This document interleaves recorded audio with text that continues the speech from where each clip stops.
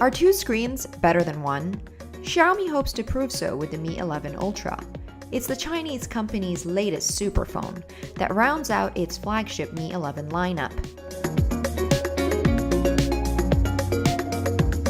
Hi everyone, I'm Serena and I've been using the Mi 11 Ultra for a couple of days now, so I'm going to give you my early take on one of Xiaomi's most expensive phones. Some housekeeping for those tuning into my videos for the first time. For the sake of transparency, I wanted to share that Xiaomi actually sends me its latest devices usually before or after their launch, but don't worry, that won't affect my opinions on the device. This is the first time Xiaomi is releasing a Mi 11 Ultra phone overseas, and a version with 12 gigs of RAM and 256 gigs storage is slated to be released in Europe if it hasn't already for €1,119.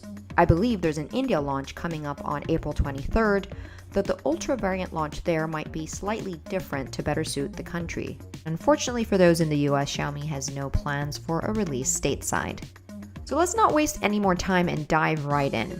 Design-wise, I'd say it's business on the front and a party on the back.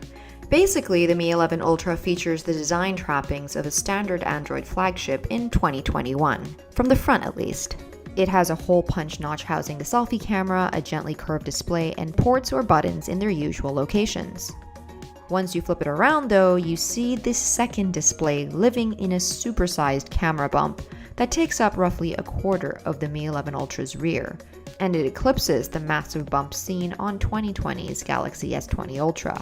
The rear display is a 1.1-inch AMOLED touchscreen with 123 by 294 resolution. So it's not very sharp, but is the second display useful? Well, kind of.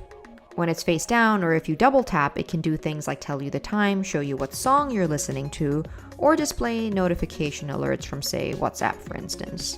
The best use for the rear display, however, is to preview selfies, meaning you have the privilege of using the 3 higher resolution cameras on the back to help you nail those selfies or group photos, so you can take an ultra wide shot, normal ones, or really zoomed in ones if you want to do that.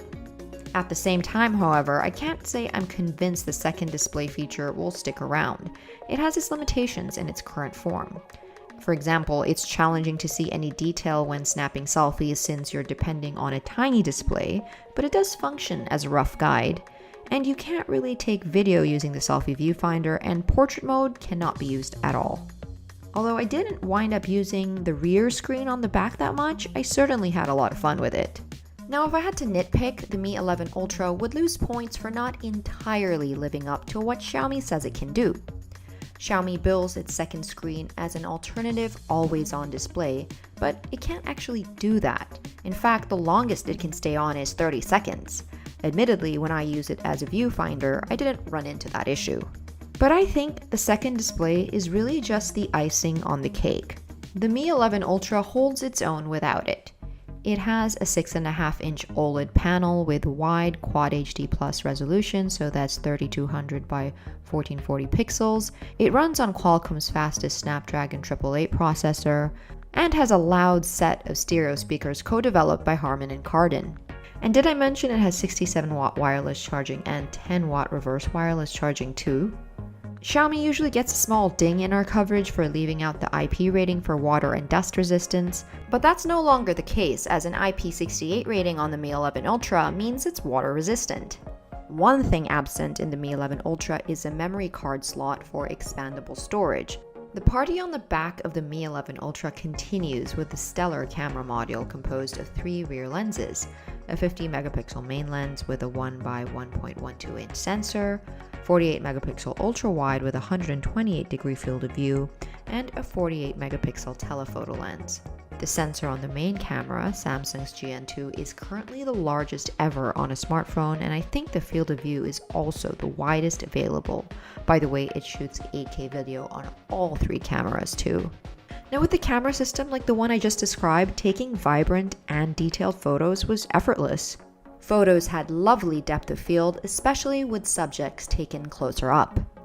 Zoom was impressive too, thanks to the periscope-style telephoto lens, which can do 10 times optical zoom and 120 times digital zoom, which based on the latter spec at least, means it's better than the 100 times zoom of the Galaxy S21 Ultra.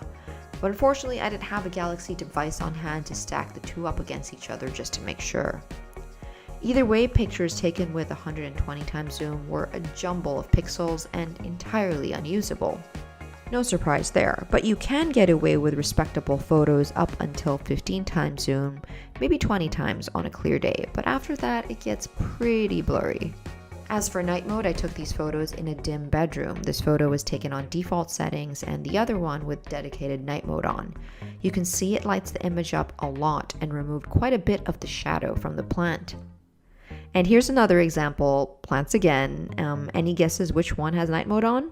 Now, the Mi 11 Ultra is a meticulously designed device, and it's clear that Xiaomi paid attention to auxiliary features that don't catch attention on other devices. For instance, the flashlight's powerful rays beam bright and far thanks to the triple LED lights. Using the Mi 11 Ultra, I managed to make it through an otherwise dark night with limited visibility. Now, I've harped about the Mi 11's excellent stereo speakers, so if you want to read about the quality, take a look at my review of the Mi 11, the regular one, on the CNET website. The Mi 11 Ultra, as I mentioned earlier, uses the same speaker system co-developed by Harman and Kardon. As has been the case with the Mi 11, Xiaomi included accessories that main rivals Apple and Samsung have removed from their boxes. There's a bundled charger at 67 watts, a plastic case, and a USB-C cable inside the Mi 11 Ultra's black box. Overall, I think Xiaomi has outdone itself with the Mi 11 Ultra, and I can say Xiaomi has once again leveled up its flagship game by stacking a fabulous array of features that have left me stunned, and in Europe at least, the price is below the Samsung Galaxy S21 Ultra.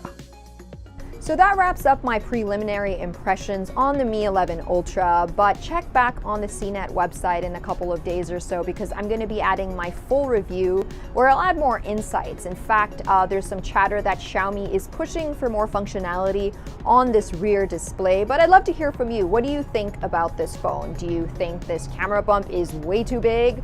Or what about the second display? Is it, do you like it or is it too gimmicky? Do share in the comments section below. But if you enjoyed this video, it'd be awesome if you can like and subscribe for more. But let's leave it there for now. But I just want to say thanks for watching, and I'll catch you next time.